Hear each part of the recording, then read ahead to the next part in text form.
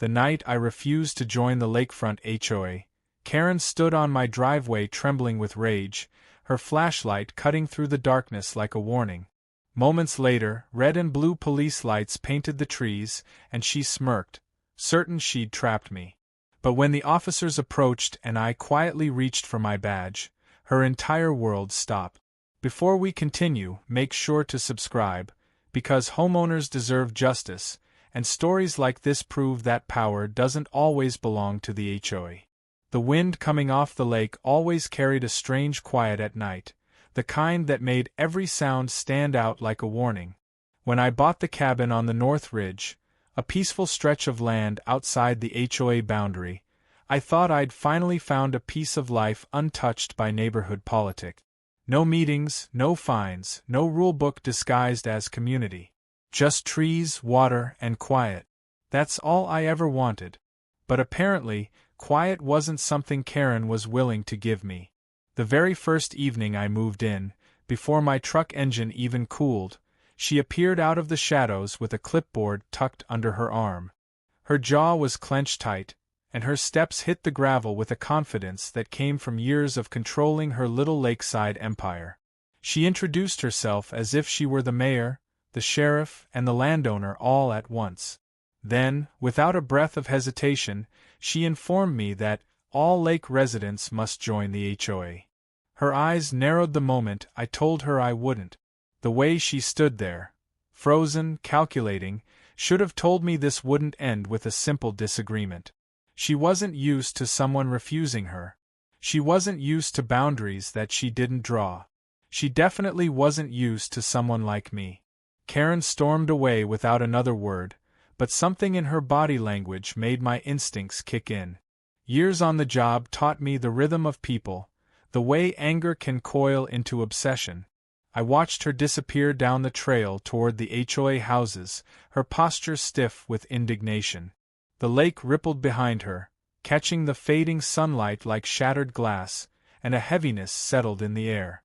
Dusk deepened fast. Crickets buzzed, branches shifted in the wind, and the cabin lights glowed warm against the growing darkness. I unpacked in silence, listening for footsteps, for voices, for anyone else she might have involved. I didn't want trouble, but I knew trouble had already been invited. Hours passed. The night grew colder.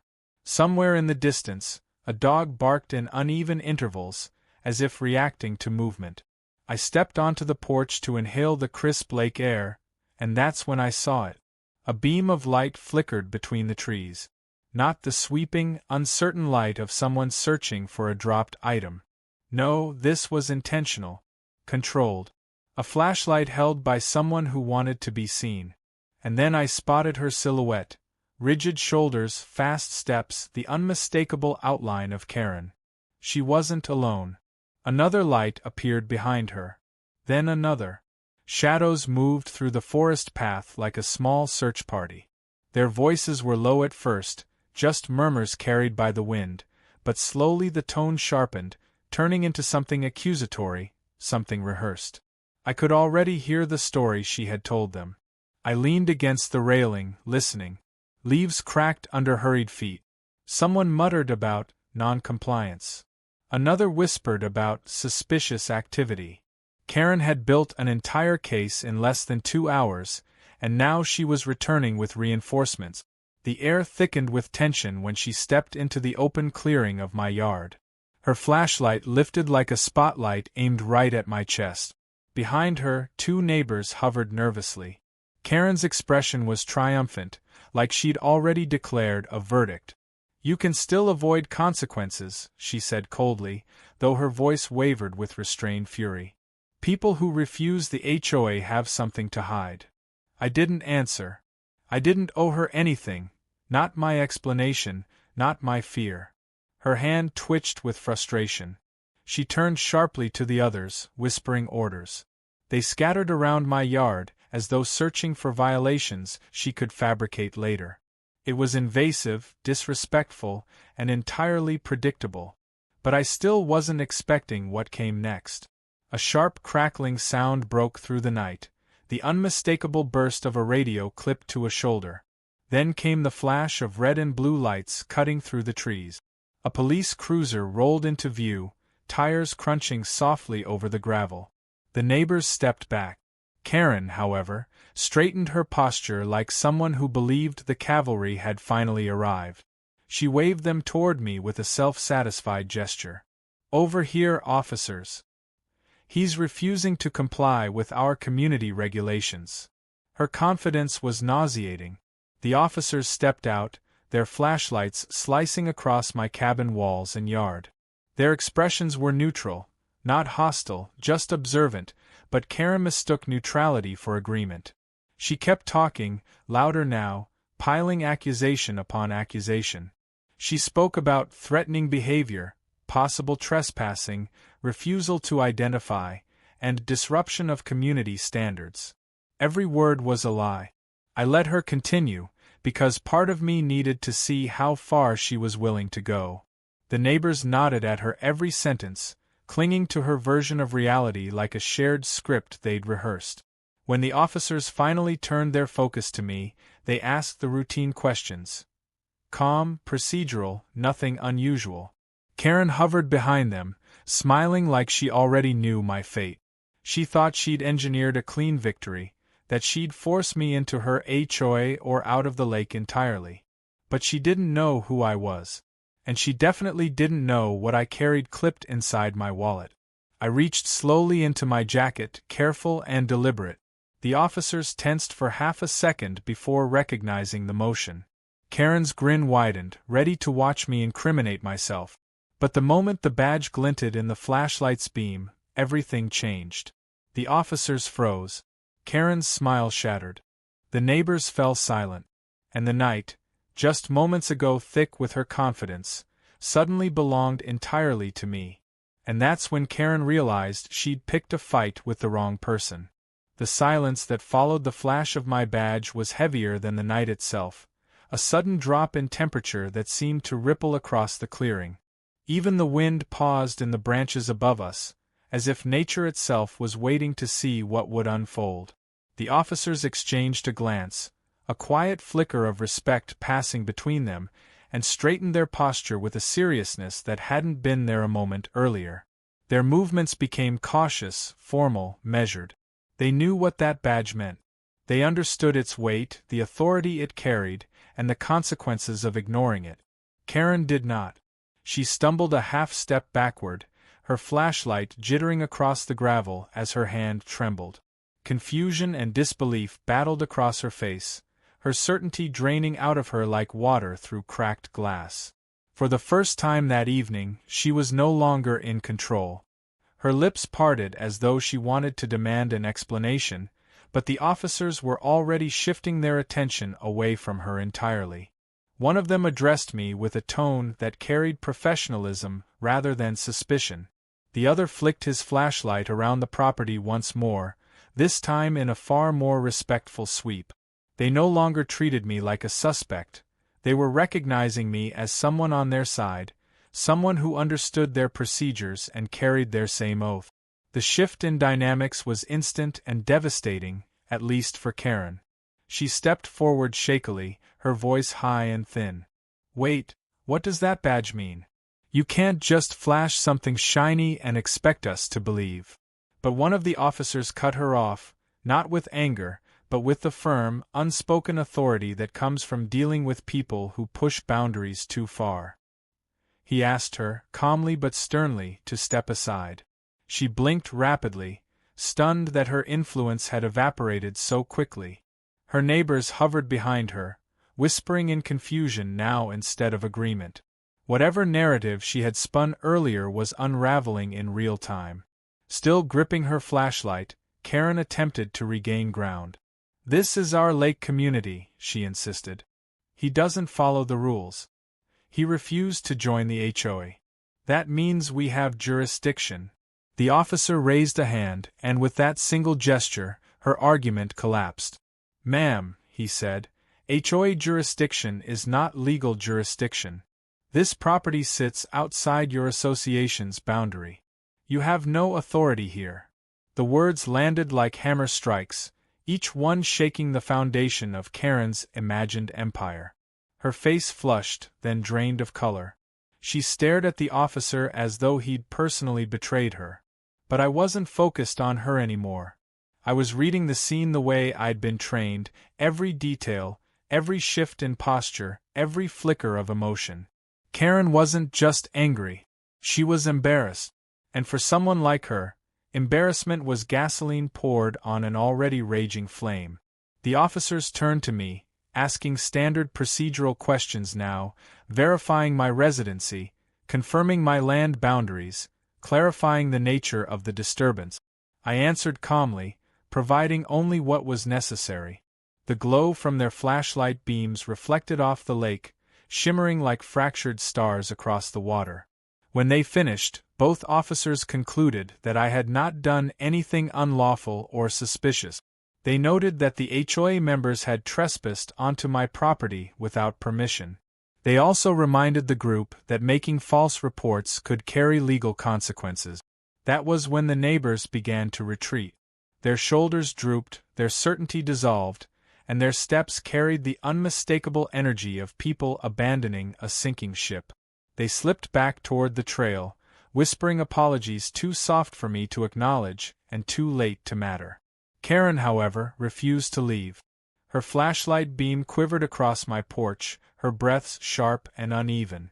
She wasn't just angry now, she was unraveling. "You can't ignore the HOA," she snapped suddenly, her voice cracking.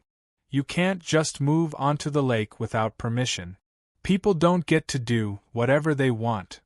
Her words echoed across the clearing, bouncing off the cabin walls and disappearing into the trees.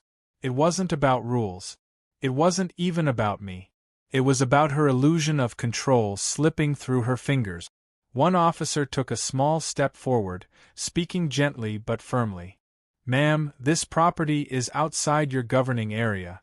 You have no legal authority over the homeowner."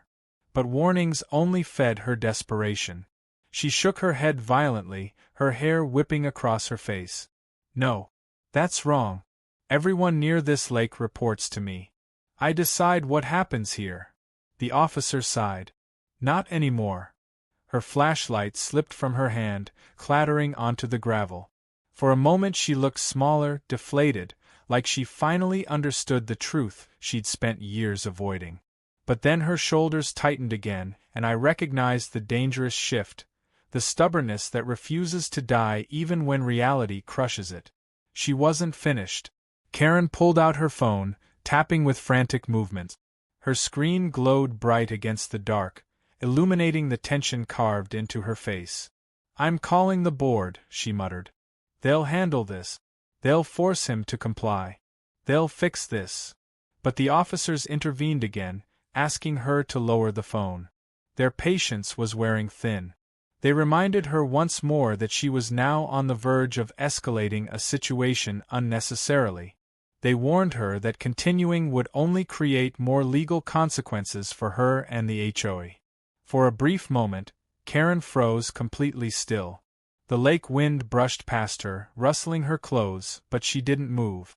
The officers waited. I waited. Then something dark flickered across her expression, resentment, maybe even something deeper. In her mind, I hadn't just refused to join the HOA. I had humiliated her, exposed her, challenged the authority she had built her entire personality around. She backed away slowly, lifting her dropped flashlight, gripping it with knuckles white as bone. Her voice was low when she finally spoke. "This isn't over." She turned sharply and began walking down the trail toward the lake houses. The officers watched until she disappeared into the trees. Eventually, they left too, their cruiser disappearing beyond the bend in the road. The night regained its quiet. But it wasn't the peaceful quiet I'd moved here for. It was the heavy quiet of a storm forming just beyond the horizon, silent but inevitable. Because Karen wasn't done. She was just getting started. Morning arrived with a deceptive calm, the kind of stillness that masks everything brewing beneath the surface. Sunlight shimmered across the lake, gentle waves brushing the shoreline like nothing unusual had happened the night before. But the moment I stepped outside, the truth revealed itself in subtle signs. A folded notice lay on my porch, unofficial, unmarked, but unmistakably fueled by the same energy that guided Karen's clipboard. The words were typed, not printed on HOA letterhead, but the phrasing carried her signature tone of entitlement. It accused me of destabilizing the harmony of the lake community and refusing mandatory integration. It ended with a demand for an urgent compliance meeting. A meeting with a group I didn't belong to. A meeting I had no legal obligation to attend. Some people would have laughed at the absurdity, but I dealt with enough power-driven personalities in my life to know this wasn't a joke. It was a strategy. Pressure, intimidation, escalation. Karen was following a textbook pattern, whether she knew it or not. I left the notice where it was, refusing to grant it importance. The morning light warmed my cabin walls. The scent of pine drifted through the air. Birds scattered across the treetops in bright flashes of motion. Nature didn't care about the politics of an HOA, and for a moment, I wished I didn't either. But ignoring a looming storm didn't stop it from building. I spent the next hours repairing a section of the dock that needed reinforcement, letting the rhythmic sound of tools settle my thoughts. Water lapped gently against the wooden posts, and the lake mirrored the sky in perfect stillness. But every so often, I caught movement on the opposite shore, figures gathering, dispersing, returning. They weren't subtle. They wanted me to see them watching. By midday, the pattern became clear. Karen was mobilizing her board. A cluster of 4 or 5 people stood together near the edge of their property lines, pointing in my direction. They weren't close enough for voices to carry, but their gestures said everything. The stiff posture, the crossed arms, the accusatory jabs toward my cabin, this wasn't curiosity. This was preparation. And Karen stood at the center of it all, commanding the scene with the intensity of a general planning a campaign. Her resentment hadn't cooled overnight. It had sharpened.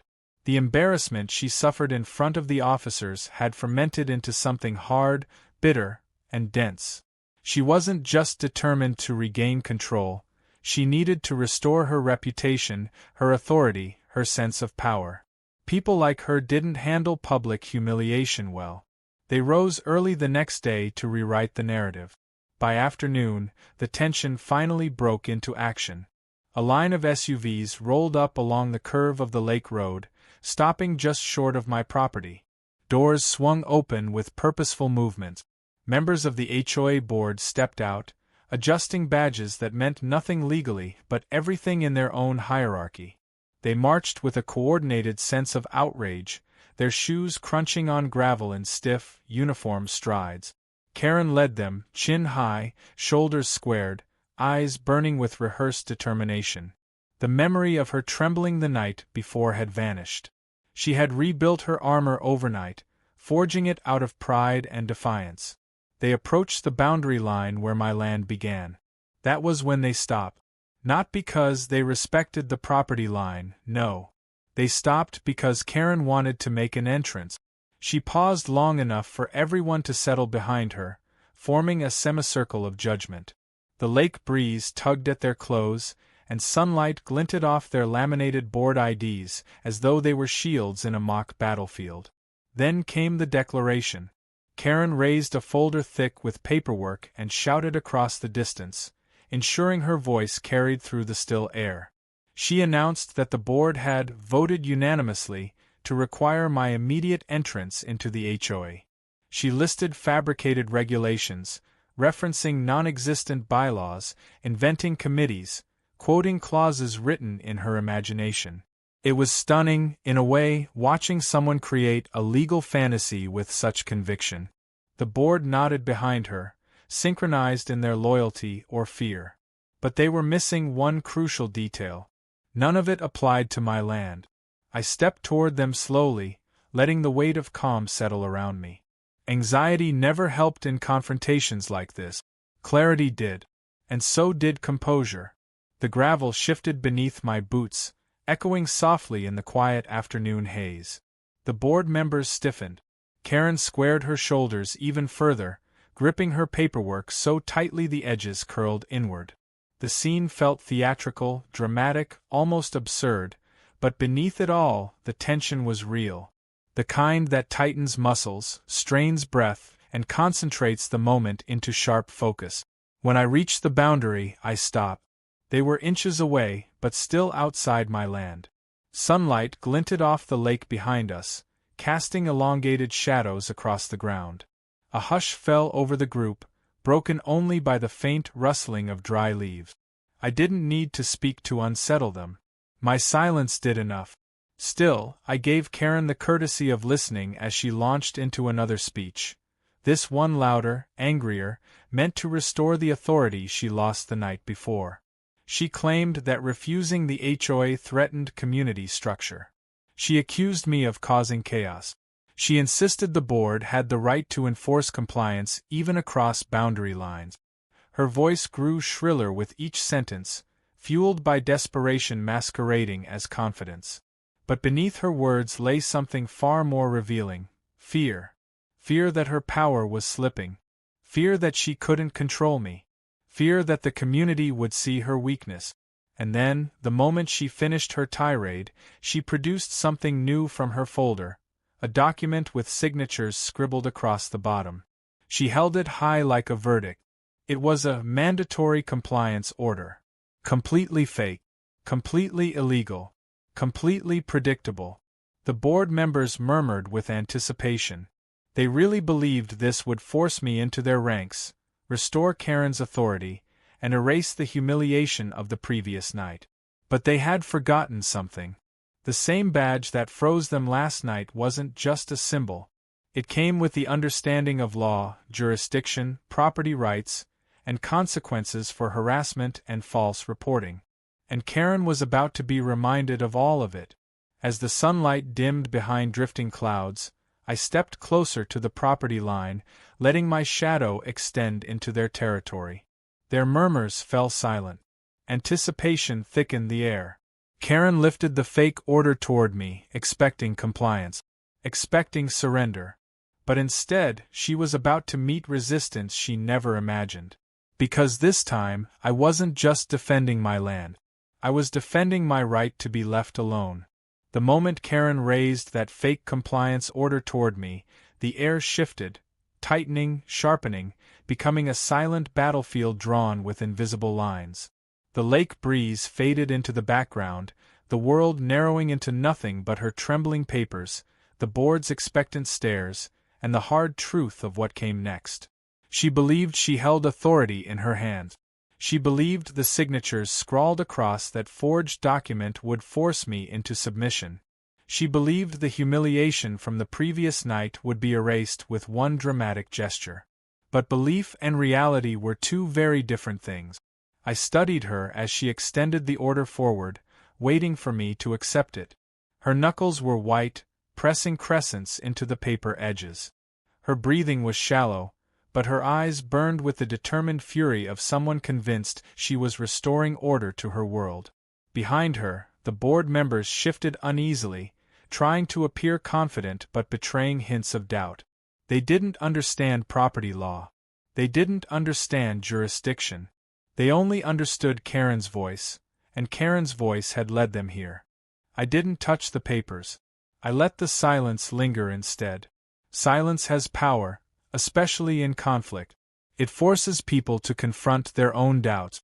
And on that quiet afternoon by the lake, with shadows stretching long and thin across the gravel, Karen faced hers. Still, she maintained her posture, thrusting the order outward again. "This is mandatory," she announced, louder this time. "You cannot reject it. You will join the HOA." Her volume didn't mask her desperation. I stayed on my side of the boundary line, letting the absolute stillness of my stance unsettle her. The board shifted again, casting glances at one another, hoping Karen had the authority she claimed.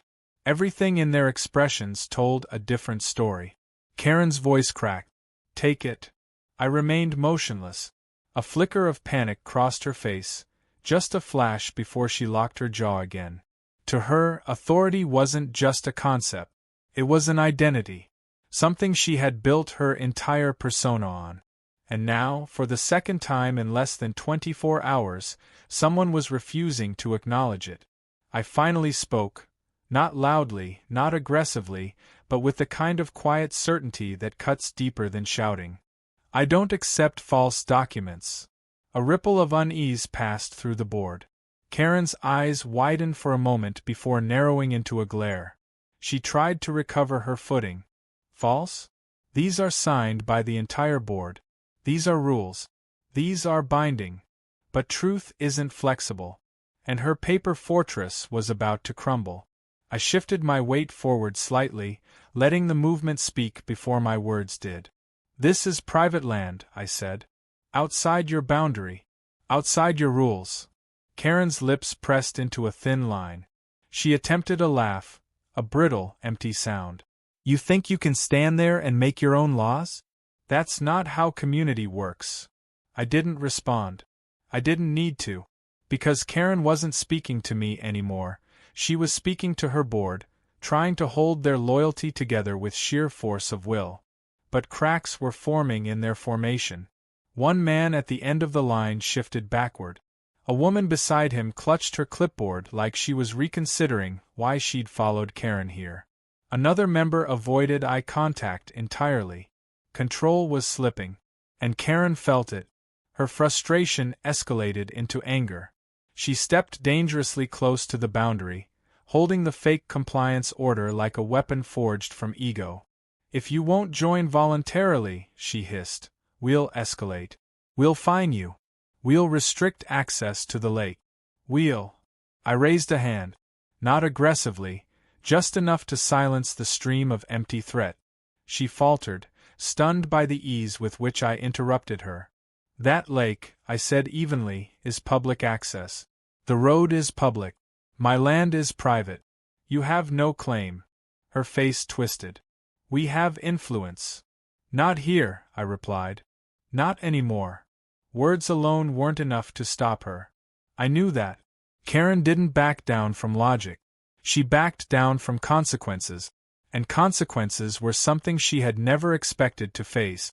So I took out my phone, not to call anyone but to unlock it and reveal the screen. I watched her eyes follow the motion, recognition dawning. She remembered the badge from last night. She remembered the officer's reaction. She remembered losing control.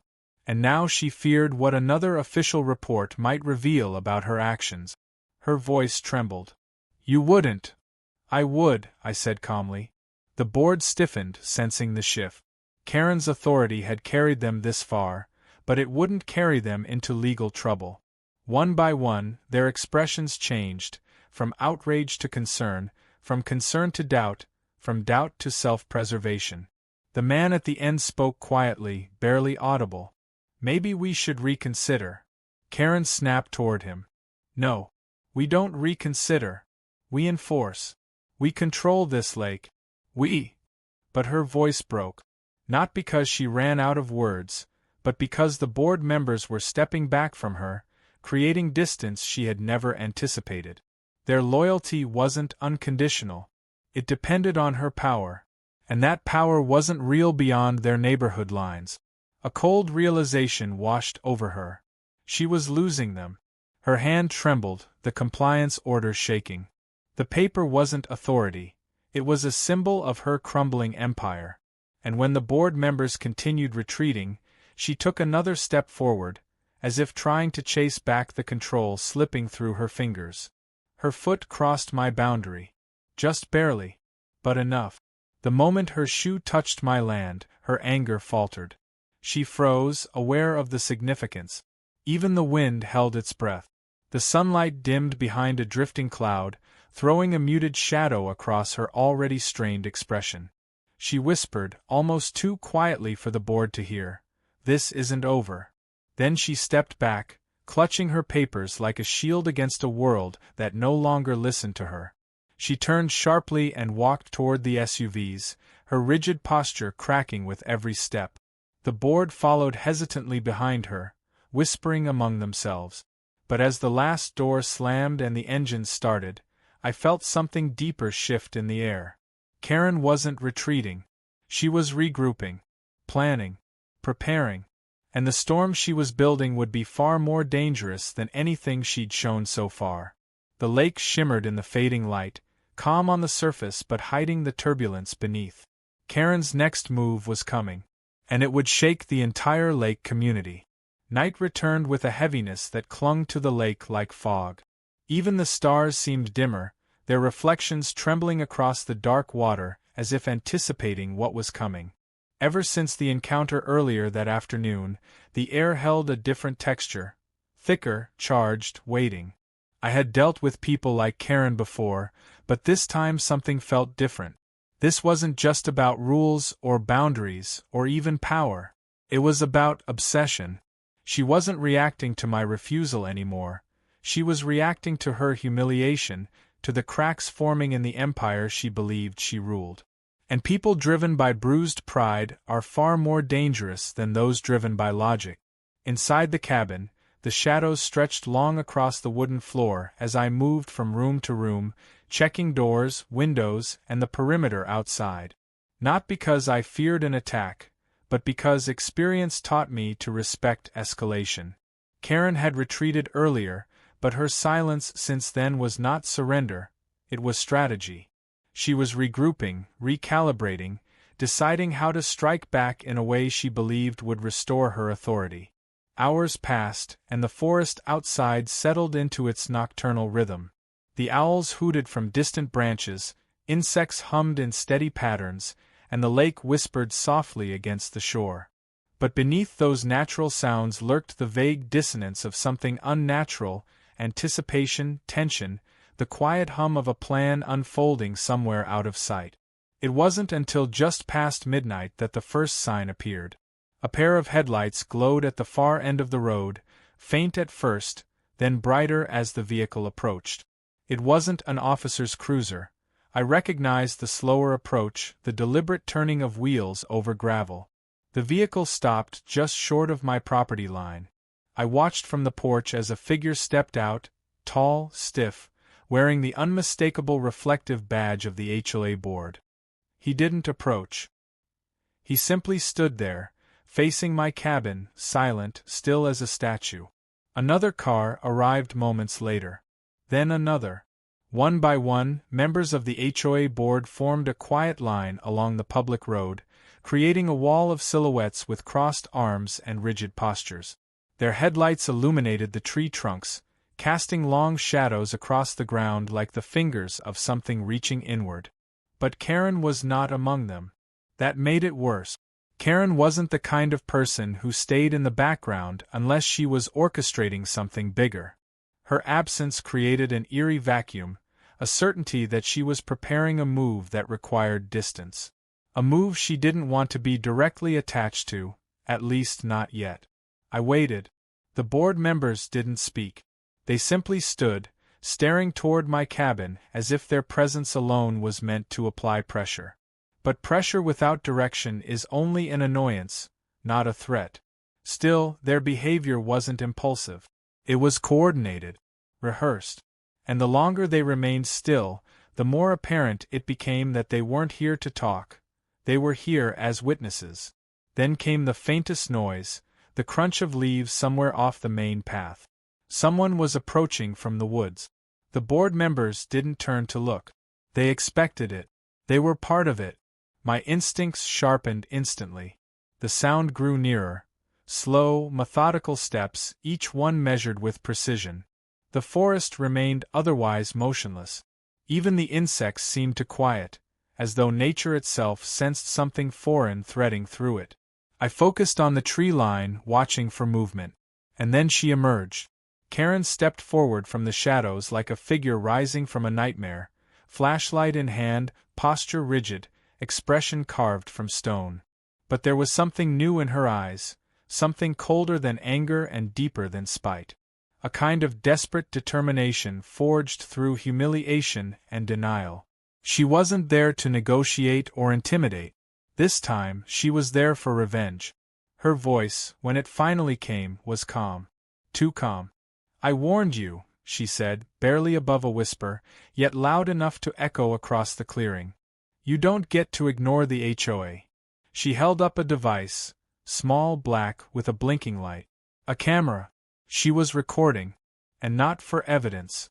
For an audience. She was building a narrative.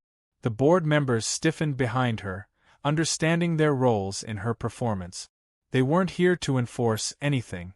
They were here to witness whatever show she intended to create, one she would manipulate, edit, and twist into a portrayal of me as the aggressor.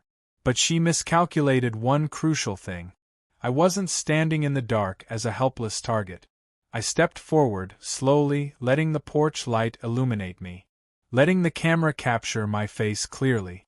Letting the reality, not the narrative she constructed, fill the frame. Karen's grip tightened on the device, her breath quickening as her plan began to falter. She expected fear. She expected anger. She expected something she could weaponize. But instead, she saw calm. Unshakable. Immovable. Unusable. Her jaw clenched. "I'm giving you one last chance to comply," she said, raising the camera higher. "Join the HOA now, or we take this to the sheriff. We'll show them everything. We'll expose your refusal, your aggression, your threats." Her words were trembling, unsteady. She knew they held no legal weight. She knew her footage would crumble under scrutiny. But she wasn't thinking about legalities anymore. She was thinking about optics, about reputation, about the story she wanted to tell the community, a story where she wasn't the villain but the victim. I didn't step closer. I didn't speak. Instead, I lifted my phone and turned the screen toward her, clearly showing the recording icon already active. 2 cameras, 2 narratives, 2 realities ready to collide. Karen's eyes widened. The board members shifted uncomfortably. Her plan was unraveling before it even began. Suddenly she dropped the calm persona and lunged forward, not physically attacking, but stepping aggressively into the beam of light, her face contorted with panic. "Turn that off," she snapped. "You can't record me." A sharp contrast to the recording she was doing just seconds earlier. I didn't move. And that was the breaking point. She let out a frustrated shout and stormed forward another step, crossing the boundary line again. The board gasped. Even they knew what that meant. She wasn't just trespassing now. She was escalating into a situation she couldn't rewrite. Her flashlight trembled in her hand. Her breath shook. Her voice cracked. "This is MY Lake," she whispered. But before she could take another step, a new sound cut through the night, the unmistakable crackle of a radio. A sheriff's deputy was approaching. Someone had called them. But it wasn't me. And it wasn't the HOA. Someone else on the lake had finally seen enough. The crackle of the radio rolled across the lake like distant thunder, shifting the energy of the night in an instant. Karen froze mid-step, her foot still hovering over the boundary she had just crossed. The board members stiffened, their silhouettes straightening in a single synchronized motion. Every flashlight beam trembled, scattering fractured light across the gravel. This wasn't part of Karen's plan. This wasn't part of anyone's plan. The arrival of law enforcement wasn't something she could twist, control, or rehearse. Headlights rounded the bend with a slow, deliberate sweep of light that peeled through the treeline. The sheriff's vehicle rolled to a steady stop, its engine humming with a calm authority no HOA badge could ever imitate. The board members instinctively stepped back, retreating into the shadows like a flock startled by a sudden predator. Their confidence, so firm just minutes before, collapsed into unease. They had wanted to witness a spectacle, not become part of an incident report. The deputy stepped out, posture steady, expression unreadable beneath the soft glow of the cruiser's overhead light. The gravel shifted beneath his boots with a quiet crunch as he surveyed the scene. My cabin, the line of board members, the phones recording, and finally, Karen standing frozen with fury and panic fused across her face. He didn't speak immediately. He simply absorbed the moment, letting the truth reveal itself without anyone saying a word. Karen tried to regain control first. She straightened her shoulders, adjusted her grip on the flashlight, and lifted her chin with a forced sense of authority. but the tremor in her hand betrayed her. "Deputy," she started, voice tight, "thank you for coming. We have a situation. This homeowner is refusing mandatory HOA compliance and has been threatening." "Stop," the deputy said quietly. The single word cut deeper than shouting. The board members exchanged looks of dread. Karen blinked, stunned into silence, not used to being interrupted, especially not by someone with actual authority. The deputy scanned the group before shifting his attention to the boundary line. His gaze settled on the spot where Karen stood, just inches inside my property. "Ma'am," he said, "you are currently trespassing." Her breath caught. "Trespassing? No, that's not. This is lake property. We have oversight. We're allowed to enforce bylaws." The deputy shook his head slowly. "This land is clearly marked as separate from your association. I've reviewed the county maps myself. You have no legal jurisdiction here." The board members collectively deflated. Some lowered their clipboards. Others avoided eye contact completely. But Karen pushed forward, desperation overriding reason. But he refused to join. "We voted. We issued a compliance order. We have documentation." The deputy raised a hand. "Ma'am, what you created is not a legal document. It has no authority." And approaching his property in a coordinated group after a previous police response constitutes harassment. The night seemed to freeze around her. Even the lake went still, its gentle waves calming into a mirror-like surface. Karen stepped back instinctively, but it was too late. Her narrative had collapsed. Her performance had failed. Reality had reclaimed the stage. She pointed toward me suddenly, trying to redirect attention. "He recorded us. That's illegal. He's provoking us." The deputy looked at my phone and then at hers. "You're recording too, ma'am." The entire board winced. The hypocrisy was undeniable. Karen's lips parted, but no words came. The weight of the moment pressed into her, bending her posture, draining the rigid confidence she had clung to for days. The deputy turned toward me and gave a small nod, not of favoritism, but acknowledgement. "Sir, are you filing a complaint tonight?" My answer mattered. It would determine the path ahead. The board members held their breath. Karen's eyes widened with fear. Real fear, not anger disguised as power. She finally understood that her actions had consequences she could no longer control. But I also saw something else, exhaustion, not just in myself but in the entire situation. I didn't move away from the porch light. I didn't lower my phone. But I also didn't escalate the moment beyond what was needed. "Not tonight," I said evenly. "But this ends now." The deputy nodded once. Then he turned to Karen with measured calm. "Ma'am, this is your final warning. You and your HOA have no authority here.